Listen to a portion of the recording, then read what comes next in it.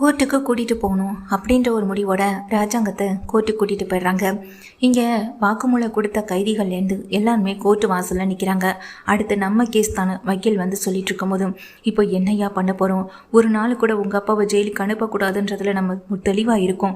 ஆனால் நமக்கான சாட்சி ஆதாரமும் நம்ம கையில் இன்னும் சிக்கவே இல்லையா அப்படின்னு நடேசனும் அங்கே கருப்பும் சேதுவை பார்த்து சொல்ல, சேதுவும் அதே மன கஷ்டத்தோடு தான் நான் நின்றுட்டுருக்கேன். கோர்ட்டில் என்ன தீர்ப்பு வந்தாலும் நான் என் அப்பாவை ஜெயிலுக்கு அனுப்ப மாட்டேன் அப்படின்றதுல உறுதியாக நின்றுட்டுருக்காங்க.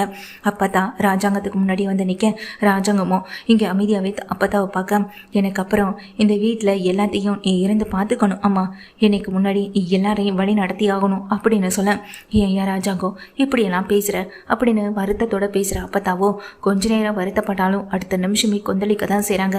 தமிழ் சொல்லி வந்த பிறகு தமிழ் இங்கே தனக்கு கிடைச்ச ஆதாரத்தோட இந்த குற்றத்துக்கும் இங்கே இருக்க ராஜாங்கத்துக்கும் எந்த சம்மந்தமும் இல்லை அப்படின்றத நிரூபிக்கிறதுக்காக வந்து நிற்கிறாங்க. என்னதான் அந்த ஃபோட்டோவை டெலீட் பண்ணாலும் கூட தமிழ்ச்செல்வி தாங்கிட்ட இருக்க சில அப்ளிகேஷனை யூஸ் பண்ணி அது மூலமாக அந்த ஃபோட்டோவை எடுத்தது மட்டும் இல்லாமல் செத்து போனது சக்தியே இல்லை, சக்திக்கும் இந்த போஸ்ட்மார்ட்டம் ரிப்போர்ட்டுக்கும் சம்மந்தம் இல்லை, மரபணு சோதனைன்னு சொல்லி நம்மளை ஏமாத்தினது எல்லாமே போய் இப்படி ஏகப்பட்ட உண்மையை நேராக இங்கே வக்கீல் மூலமாக தெரியப்படுத்தணுன்றதுக்காக தமிழ்ச்செல்வி வந்து நிற்கிறாங்க. வக்கீலை பார்த்து பேசணுன்னு முயற்சி பண்ணும்போது சேது வந்து தமிழ்ச்செல்வியை திட்டமும் செய்கிறாங்க. தமிழும் இங்கே நான் உங்களுக்காகவோ இல்லை உங்கள் குடும்பத்தை சேர்ந்தப்பட்ட சம்மந்தப்பட்டவங்களுக்காகவோ நான் வரலை அப்படின்னு சொல்ல, ஏன் வக்கீலை நீ எதுக்காக பார்த்து பேசணும் அப்படின்னு சொல்கிறாங்க. என்ன இருந்தாலும் அந்த வீட்டில் நான் சாப்பிட்ருக்கேன், சாப்பிட்டதுக்கும் தங்கினத்துக்கும் தூங்கினத்துக்கும் ஒரு கைமாறான இதை செய்யணும்னு ஆசைப்பட்றேன்னு சொல்ல, ஐயோ கொஞ்சம் அமைதியாக ஏரியா, நம்ம அப்பா வெளியே வந்தே ஆகணும்னு சொல்ல, அது இவ்வளால தான் வரணும்னா எங்கள் அப்பா வெளியே வரவே வேண்டாம் அப்படின்னு செய்து சொல்லும்போது அதை கேட்டு அப்பத்தாவுக்கு கோவம் வருது. முதல்ல அங்கே நின்றுகிட்டு இருக்க ராஜாங்கத்துக்கு தான் பலாரனால அரை எங்கள் கணத்தில் விட செய்கிறாங்க. அப்பத்தா என்ன பண்ணிட்டு இருக்க நீ அப்படின்னு கோவத்தில் எங்கள் செய்து வந்து பேச, நீ இது எனக்கும் என் பையனுக்கும் சம்மந்தப்பட்ட விஷயம், ஒரு அம்மாவா நான் என் பையனை கண்டிக்கிறது ஒன்றும் தவறு இல்லையே அப்படின்னு சொல்ல, அப்போ என்ன பண்ணாரு, இப்படி எல்லாம் முன்னாடி அப்பாவை அடிச்சிட்டு இருக்க நீ அப்படின்னு கோவத்தில் எங்கள் சேதத்திட்டேன். ஓ அப்பா உன்னை அடிக்கும் போது எல்லாரும் முன்னாடி தானே அடிக்கிறாரு, ஏன் நீ தப்பே பண்ணலைனாலும் உன்னை நம்பவும் செய்ய மாட்டார்ல அப்படின்னு உடனே கேட்குறாங்க. எங்கள் சேதுக்கிட்ட எங்கள் அப்பத்தாவும் சேது வந்துட்டு எதுவுமே பேச முடியாமல் நிற்க, இந்த வீட்டை விட்டு தமிழ்ச்செல்வி வெளியே போனானா அதுக்கு முக்கிய காரணமே ராஜாங்கம் தான் அப்படின்னு சொல்கிறாங்க.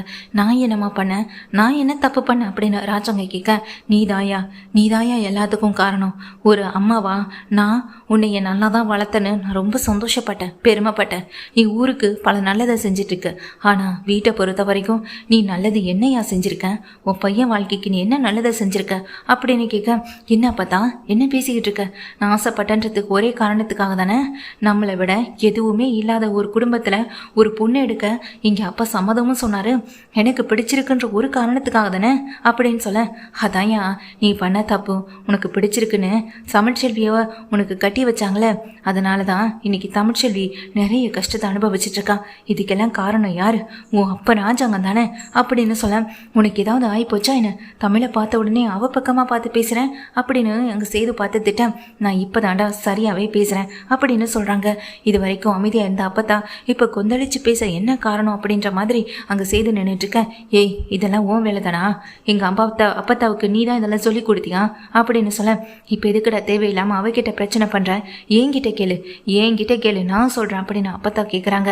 உடனே அங்கே நின்றுட்டு இருக்க ராஜாங்க அம்மாவையை பார்க்க, உனக்கு என்னமாச்சு, இந்த இடத்துல இதெல்லாம் இப்படியெல்லாம் நடந்துக்கணும்னு ஏதாவது அவசியம் இருக்கா என்ன அப்படின்னு சொல்லிட்டு இருக்கும் போதே தமிழ்ச்செல்வி அந்த வக்கீலை பார்த்து தனியாக பேசிக்கிட்டு இருக்கவும் செய்கிறாங்க. உனக்காக அவள் அங்கே எங்கேயோ ஓடி போயிட்டு பல பிரச்சனைகளை தாண்டி தான் வயிற்றுல பிள்ளையை வச்சிருக்கோம் சுமந்துக்கிட்டு இருக்கோம், இந்த கட்டத்தில் கூட உனக்காக ஓடி போய் வந்து நின்றுட்டு இருக்கால, அவளை பார்த்து நீங்கள் எல்லாரும் இப்படி நம்பிக்கை இல்லாமல் பேசிக்கிட்டு இருக்கீங்களே, இதை விட அசிங்கம் வேறு என்னடா வேணும், ஒரு அம்மாவா நான் தோத்துட்டேன், ஒரு அப்பத்தாவும் நான் தோத்துட்டேன், ஏன்னா உங்களை யாரையும் சரியாக கண்டிக்காமல் விட்டல, அதாண்டா நான் செஞ்ச பெரிய தப்புன்னு சொல்ல, அத்தை எந்த நேரத்தில் என்னத்தை பேசிக்கிட்டு இருக்கீங்க, இப்போது நம்ம கோர்ட்டில் தீர்ப்பு வரப்போகுது, என்ன நடக்க போதோ, மாமா ஜெயிலுக்கு போயிட்டு வரோன்னு நாங்கள்லாம் கையில் உயிரை பிடிச்சிட்டு நின்றுட்டுருக்கோம், ஆனால் நீங்கள் என்னடானா இப்படி பேசிக்கிட்டு இருக்கீங்க, இந்த நிலைமையில கூட எப்படி உங்கள் பையனை கை நீட்டி அடிக்க உங்களுக்கு இங்கே நினைப்பு வருது, அப்போது எல்லாரையும் விட அந்த தமிழ் தான் உங்களுக்கு இவளுக்கு ரொம்ப முக்கியமாக போயிட்டாளா அப்படின்னு அப்பத்தாவை பார்த்து ஈஸ்வரி கேள்வி கேட்க, நீ வாயை மூடு அப்படின்னு சொல்லி திட்டிட்டு இங்கே ராஜாங்கத்தை பார்க்குறாங்க.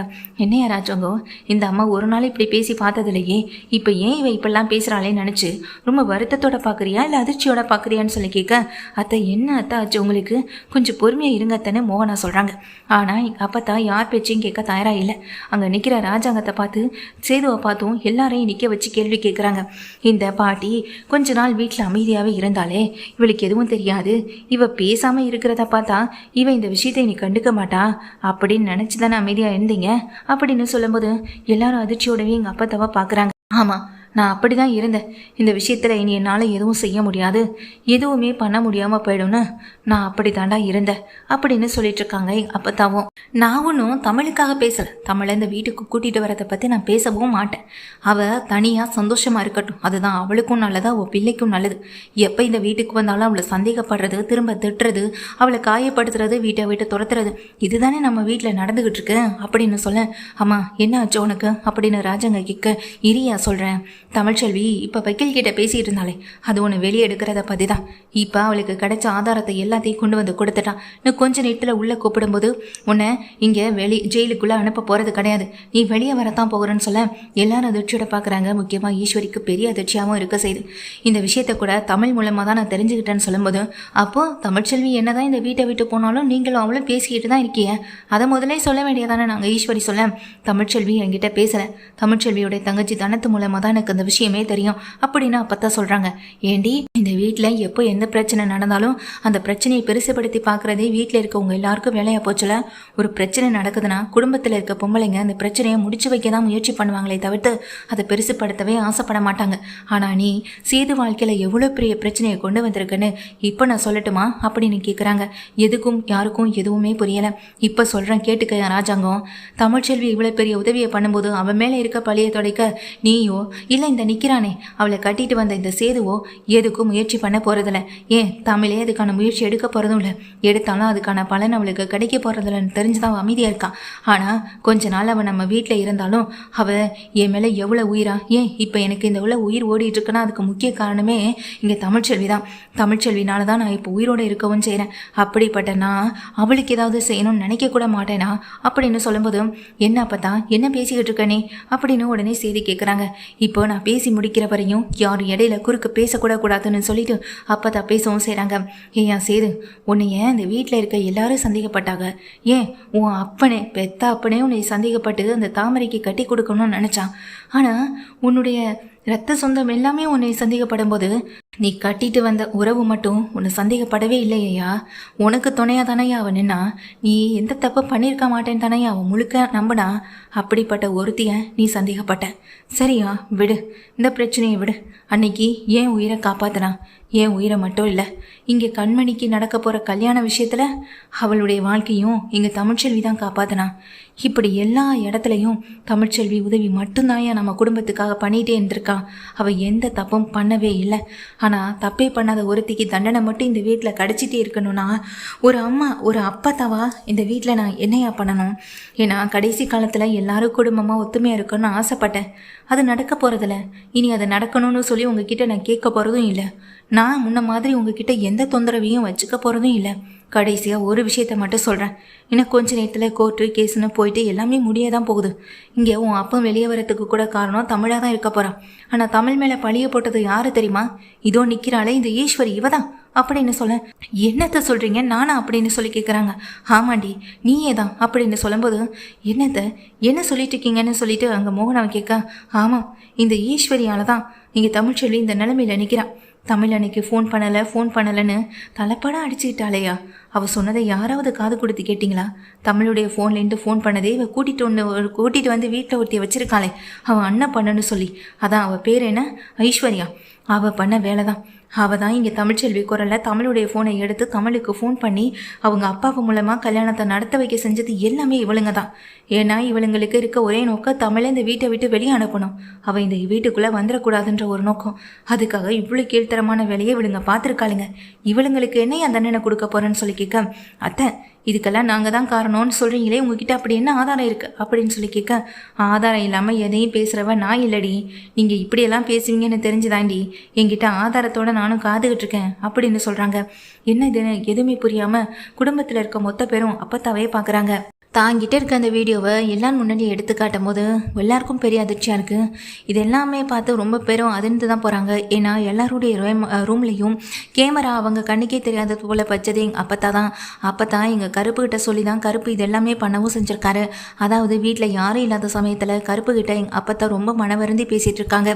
தமிழ்ச்செல்வி இந்த தப்பை பண்ணியிருக்க மாட்டா, அவன் மேலே எனக்கு நிறைய நம்பிக்கை இருக்குது, அவள் தப்பு பண்ணலைன்றதை நிரூபிக்க நீ தான் எனக்கு உதவி பண்ணணும்னு சொல்லி கருப்புக்கிட்ட சொல்லி எல்லாருடைய கேமரா, அதாவது வீட்டில் இருக்க யாரோ ஒருத்தவங்க மூலம் தான் இந்த பிரச்சனை நடந்திருக்கணும். ஏன்னா அன்றைக்கி வீட்டில் இருந்தவங்க நம்ம வீட்டில் இருக்க சம்மந்தப்பட்டவங்க மட்டும்தான். வெளியாட்கள் மூலமாக இந்த பிரச்சனை வரத்துக்கு வாய்ப்பு இல்லை. தமிழ்ச்செல்வியுடைய ஃபோன்லேருந்து தான் ஃபோன் போயிருந்திருக்கு. ஆனால் அதை தமிழ் பேசலைன்றதில் அவள் உறுதியாக இருக்கான். அப்படி இருக்கும்போது இந்த வீட்டில் இருக்க யாரோ ஒருத்தவங்க சூழ்ச்சி பண்ணியிருக்காங்க தமிழ்ச்செல்வி சொல்கிறது போல். அதனால் எனக்கு இதில் உதவி செஞ்சே ஆகணும்னு அப்போ தான் கேட்டுட்டு இருந்திருக்காங்க. யாருக்கும் தெரியக்கூடாதுன்றதையும் சொல்லியிருந்திருக்காங்க. அதனால தான் கருப்பு இங்கே சேதுக்கிட்ட கிட்ட சொல்லாமல் சேது கூட இங்கே வேலையும் பார்த்துட்டு அதே நேரத்தில் எங்கள் அப்பா தான் கேட்டதையும் செஞ்சிருக்காங்க. கருப்பு சொன்னது போல், எங்கள் அப்பத்தா சொன்னது போல் கருப்பு அது எல்லாத்தையுமே அவங்க ரூமில் வந்துட்டு ஃபிட் பண்ணவும் செய்ய எல்லா வேலையும் முடிச்சுட்டு ரூம்குள்ளே போயிட்டு சந்தோஷப்பட்டு இருக்க ஈஸ்வரி, சித்ரா, ஐஸ்வர்யா இவங்க 3 பேரும் பேசிக்கிற விஷயத்தை தான் இங்கே அப்பத்தா தெரியவும் கண்டுபிடிக்கவும் செஞ்சுருக்காங்க. அதை தான் இங்கே கொண்டு வந்து இங்கே கொடுக்கவும் செஞ்சுருக்காங்க. கரெக்டாக இதை எப்போ கொடுக்கணுமோ அப்போ கொடுக்கணுன்றதுக்காக தான் நான் காத்துக்கிட்டு இருந்தேன். நான் அமைதியாக இருந்தேன்னா அதுக்கு ஒரு காரணம் இருக்குண்டி. நீங்கள் என்ன அமைதியாக இருக்குன்றதுக்காக இவ இனி தலையிட மாட்டா, வயசானவு தானே என்னை தப்பாக நினச்சிட்டிங்கள. ஆனால் வயசானவளாக இருந்தாலும் எனக்கும் மூளையெல்லாம் இருக்குடி அப்படின்னு அப்பத்தான் சொல்லிட்டு அந்த இடத்துல திட்டவும் செய்ய அங்கே நின்றுகிட்டு இருக்க சேது அடிக்கவே கையை ஓங்கிடுறாங்க. தமிழ்ச்செல்வி இதெல்லாம் பார்த்துட்டு அமைதியாகவே இந்த இடத்த விட்டு கிளம்பி போக அப்பத்தான் ஒரு நிமிஷம் தமிழை கூப்பிட்டு நிறுத்தி, இந்த வீட்டில் இருக்க எல்லாருமே உன் காலில் விழுந்து மன்னிப்பு கேட்க வேண்டியவங்கடி. நீ மன்னிப்பு கேட்க மாட்டேன், ஆனால் நீ மன்னிக்க தயாராகவே இல்லைனாலும் அவங்க மன்னிப்பு கேட்டு தாண்டி ஆகணும் அப்படின்னு அப்பத்தான் சொல்ல, நான் இதெல்லாம் எதையுமே எதிர்பார்க்கலாமாச்சி. எனக்கு தேவை நிம்மதியான வாழ்க்கை. அந்த வாழ்க்கையை நான் அப்படியே வாழ்ந்துக்கிறேன், நான் அதை அப்படியே விட்டுருங்கன்னு அம்மாச்சி கிட்ட சொல்லவும் செய்கிறாங்க எங்கள் தமிழ்ச்செல்வியும். அம்மாச்சி இதெல்லாம் கேட்டு கலங்கி போய் நின்றுட்டு இருக்கேன். என்னடா பார்த்துட்டு இருக்கீங்க, தமிழை எவ்வளோ அசிங்கப்படுத்துனீங்க, எவ்வளோ கேவலப்படுத்துனீங்க. ஆனால் பண்ணின தப்பு முழுக்க நம்ம வீட்டுக்கு வந்து இருக்க அந்த ஐஸ்வர்யாவிலேருந்து வீட்டுக்குள்ளேயே இருக்க இந்த ஈஸ்வரி தானே தெரிஞ்சு போச்சுல. இதுக்கப்புறமும் மன்னிப்பு கேட்கறதுக்கு உங்களுக்கு எங்கேருந்துடா மனசே வராமல் போகுதுன்னு சொல்லிட்டு கேட்கவும் செய்கிறாங்க. அப்பதான் சொன்ன உடனே அங்கே நின்றுட்டு இருக்க ராஜாங்கமும் சேதுவும் மோகனாவும் எல்லாருமே கை கும்பிட்டு மன்னிப்பு கேட்கவும் செய்ய, நான் யாரையும் மன்னிக்கிற இடத்துல இல்லை. நீங்கள் செஞ்ச தப்பை உணர்ந்த வரைக்கும் சந்தோஷம்தான். ஆனால் இனி அந்த வீட்டுக்கு நிச்சயமாக ஒரு மருமகளாக என்னால் வாழவே முடியாது. நான் இனி அப்படிப்பட்ட ஒரு இடத்துலையும் இல்லை. என்னை இப்படியே நிம்மதியாக இருக்க விட்டுருங்க. அதுதான் எனக்கும் நல்லது, உங்கள் குடும்பத்துக்கும் நல்லது. உங்களை நம்பி நீ அந்த வீட்டுக்கு வாழ வரத்துக்கு நான் தயாராகவே இல்லைன்னு தமிழ்ச்செல்வி சொல்லிட்டு போக, இப்போ சந்தோஷமாயா வீட்டுக்கு வந்த மருமக மகாலட்சுமி இப்படி நம்ம வீட்டை விட்டு போயிட்டே இருக்காங்க. இது நம்மளுக்கும் நல்லதில்லை, நம்ம குடும்பத்துக்கும் நல்லதில்லை. நீ என்னதான் காலைல போய் விழுந்து கூப்பிட்டாலும் வரவே போகிறது இல்லையா அப்படின்னு சொல்லிட்டு இருக்கும் போதே உள்ள கோர்ட்டில் கூப்பிடுறாங்க.